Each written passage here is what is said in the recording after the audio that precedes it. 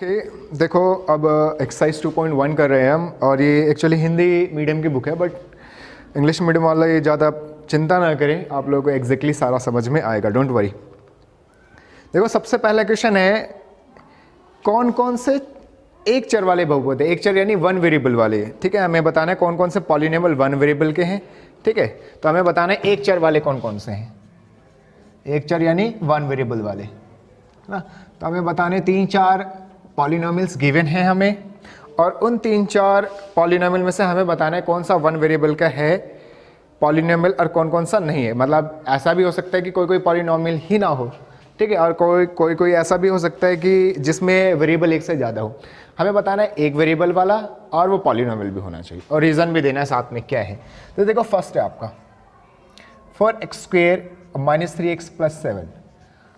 तो रीज़न क्या लिखेंगे हम, यस इसके अंदर सिर्फ एक वेरिएबल है x, कोई दूसरा वेरिएबल y या z या a या b नहीं है, सिर्फ x है। तो ये वन वेरिएबल का पॉलिनोमियल तो है, this is one variable polynomial, ठीक है। और ये एक्चुअली पॉलिनोमियल है या नहीं, yes yes the degree is 2, ठीक है, और we can say the power is whole number, so it is a polynomial. पूरा कैसे लिखेंगे, yes this is one variable polynomial whose power is whole number, so this is a polynomial simply, ठीक है।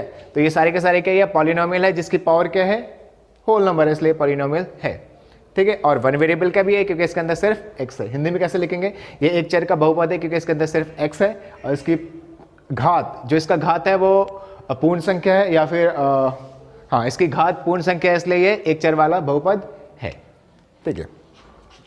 दूसरा जो है आपका वाई स्क्वायर प्लस रूट 2।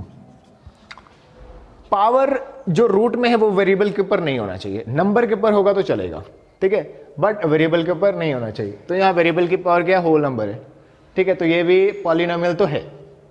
कैसा पॉलिनोमियल है, वन वेरिएबल का है या नहीं, सिर्फ एक ही वेरिएबल तो है वाई, इसलिए ये एक चर का बहुपद है, ठीक है, जो इसका घात है जो पूर्ण संख्या है, ठीक है। इंग्लिश में this is one variable polynomial whose power is whole number, ठीक है, डन, ठीक है। थर्ड है आपका y प्लस 2/y, ये है या नहीं, इसमें एक वेरिएबल तो है y, डन, बट ये पॉलिनोमियल है या नहीं देखते हैं। y प्लस 2 नीचे से ऊपर जाएगा टर्म, तो क्या होगा, y की power -1, this is the rule of algebra, ठीक है। कोई भी टर्म नीचे से ऊपर भेजते हैं तो इसकी एक्चुअली पावर कितनी है, 1 है, ऊपर जाके -1, तो क्या ये होल नंबर है, होल नंबर नहीं है, ठीक है। तो the power is not a whole number, ठीक है, so it is not a polynomial, so this is not a polynomial. इसकी घात पूर्ण संख्या नहीं है, इसलिए यह पॉलिनोमियल यानी बहुपद नहीं है, डन। फोर्थ, x की पावर 10, y की पावर 3 प्लस t की पावर 50।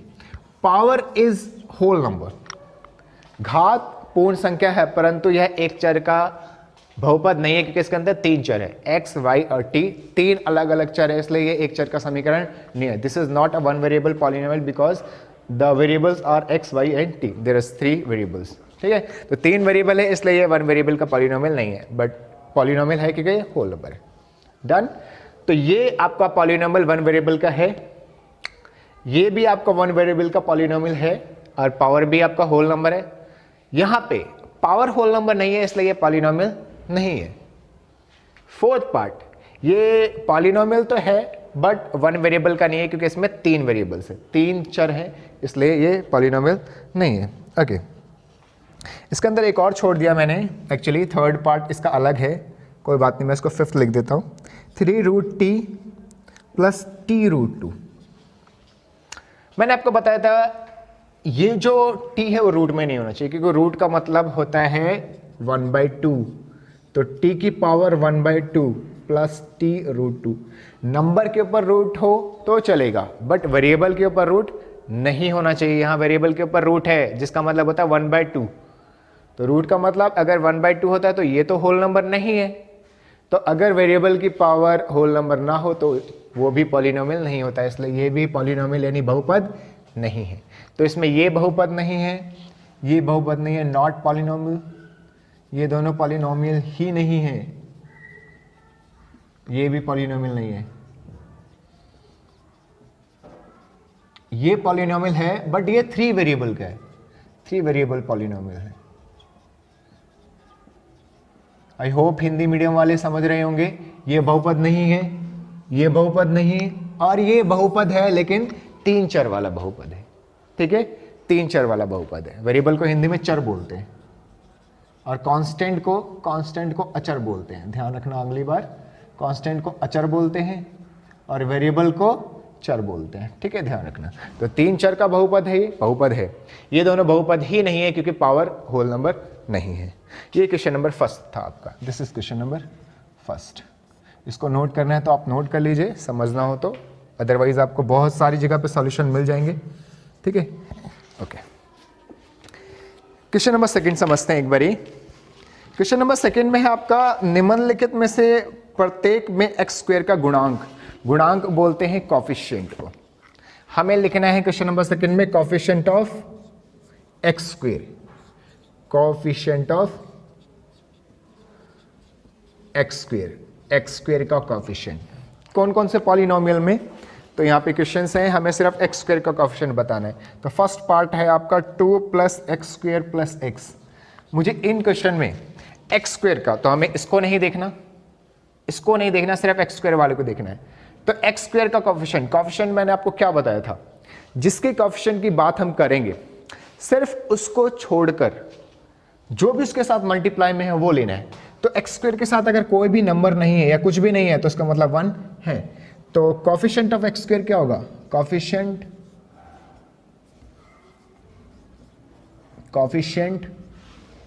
ऑफ एक्स स्क्वायर क्या होगा आपका 1। हिंदी में क्या लिखेंगे, एक्स स्क्वायर का गुणांक क्या होगा, एक्स स्क्वायर का गुणांक 1। ठीक है, तो एक्स स्क्वायर का गुणांक क्या होगा 1। सेकंड पार्ट देखते हैं इसका हम।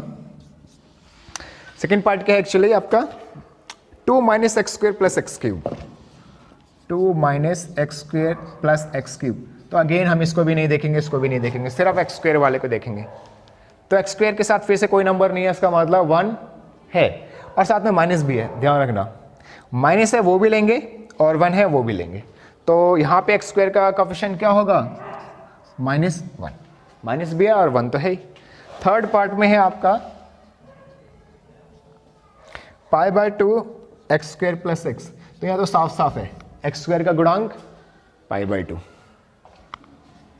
Fourth part √2x - 1। ये समझने की चीज है।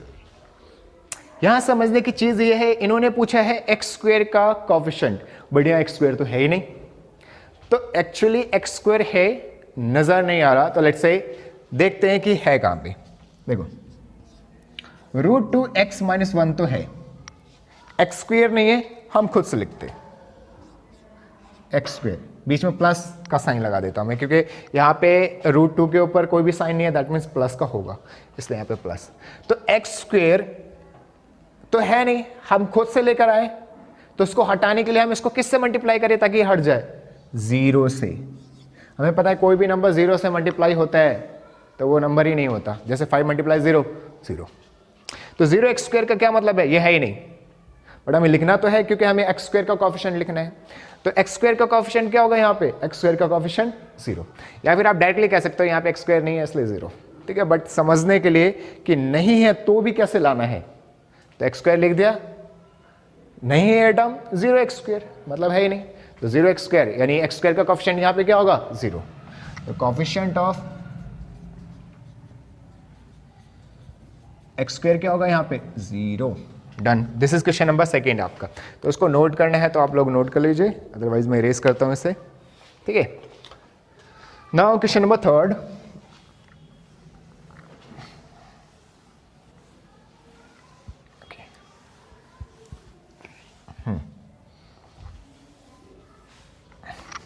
देखो क्वेश्चन नंबर थर्ड में क्या लिखा हुआ है इन्होंने, 2.1। जब भी आप ये क्वेश्चंस करें और वीडियो देख रहे हो आप, तो आप अपनी बुक ज़रूर खोलें। आप बुक से क्वेश्चन सही से पढ़कर अगर आप करेंगे तो आपको उसी समय आ जाएगा, आपको दोबारा रिवाइज करने की ज़रूरत नहीं पड़ेगी। इसलिए आप जब भी ये वीडियो देख रहे हैं और मैं एक्सरसाइज करवा रहा हूँ तो आप अपनी बुक ज़रूर खोलें, ठीक है। बुक में क्वेश्चंस पढ़ें अपने तरीके से, क्योंकि मैं बहुत ही शॉर्ट में क्वेश्चंस पढ़ रहा हूँ तो एग्जैक्टली हो सकता है कि आपको कोई प्रॉब्लम हो। इसलिए आप वीडियो देखते समय आप अपनी बुक खोलें, क्वेश्चन पढ़ें और तब सॉल्यूशन देखें।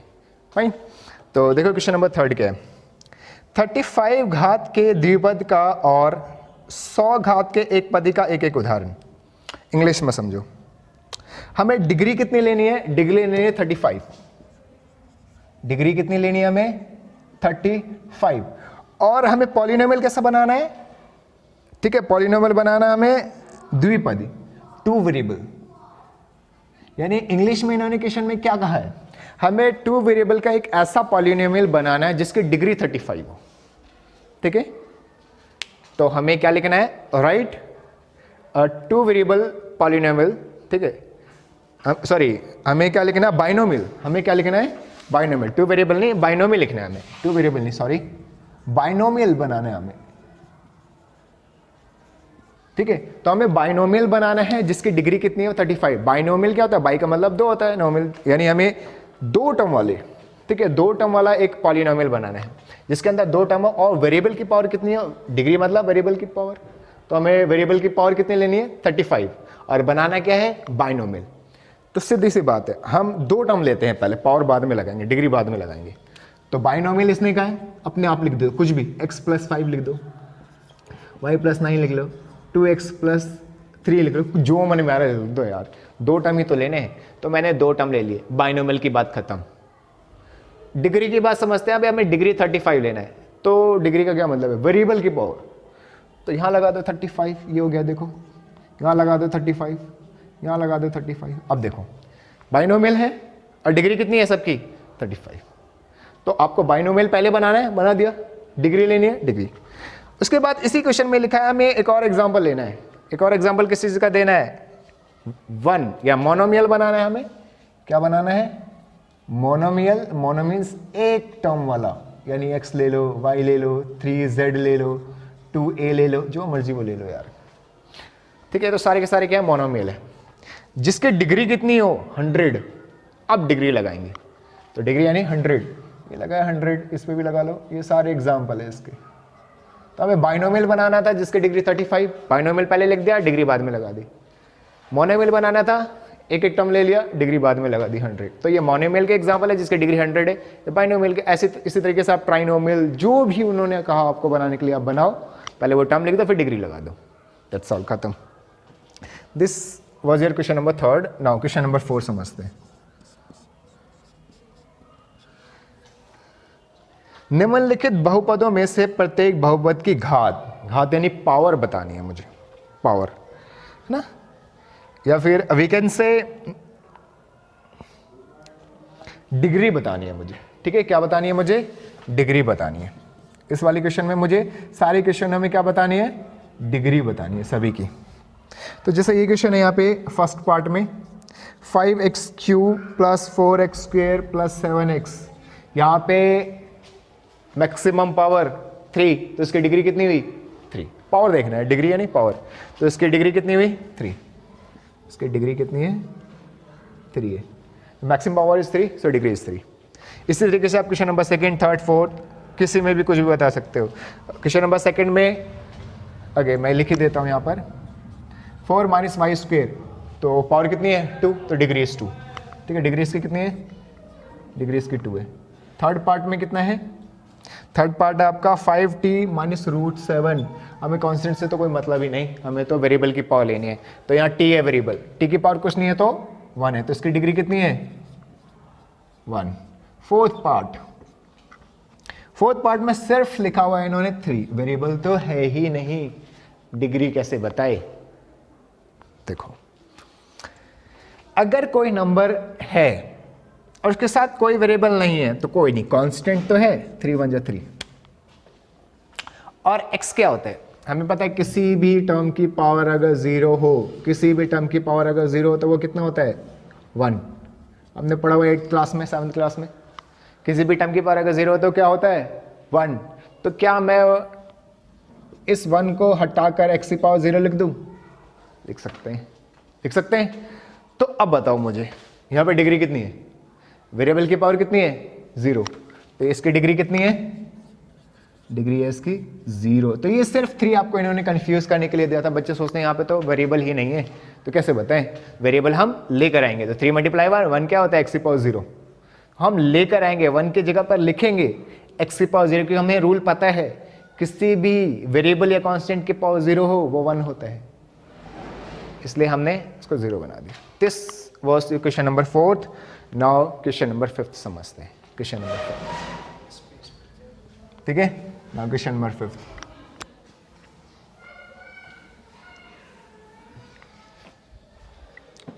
ठीक है। क्वेश्चन नंबर 5 क्या होगा आपका? ओके, बताइए कि निम्नलिखित बहुपद में से कौन कौन सा बहुपद रैखिक है, कौन सा द्विघात है और कौन सा त्रिघात। हिंदी में अगर हम बोलें इसको तो द्विघात और त्रिघात। डिग्री के बेसिस पे हमने कैसे डिवाइड किया था इसको, ठीक है। टर्म्स के बेसिस पे तो हमने बोला था मोनोमियल, बाइनोमियल, ट्राइनोमियल। डिग्री के बेसिस पे हमने बोला था लीनियर, क्वाड्रेटिक और क्यूबिक, ठीक है। तो लीनियर हमने किसको बोला था?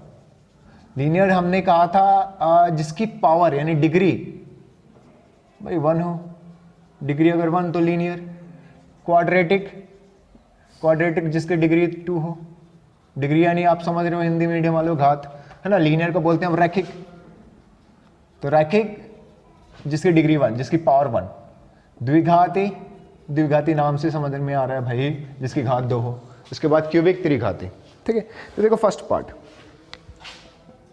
x² + x मैक्सिमम पावर 2, द्विघाती, है ना। तो ये क्या आपका द्विघाती है। हिंदी में क्या बोलेंगे इसको द्विघाती को? क्वाड्रेटिक इक्वेशन या क्वाड्रेटिक पॉलिनोमियल, है ना। सेकंड पार्ट क्या है आपका? x - x³। इसमें मैक्सिमम पावर कितनी है? इसमें मैक्सिमम पावर है 3। ऑफ कोर्स ये कैसा होगा? Cubic polynomial. हिंदी में त्रिघाती। हिंदी तो बहुत आसान है भाई, त्रिघाती पॉलिनोमियल, है ना। 3 मतलब 3। उसके बाद y + y² + 4।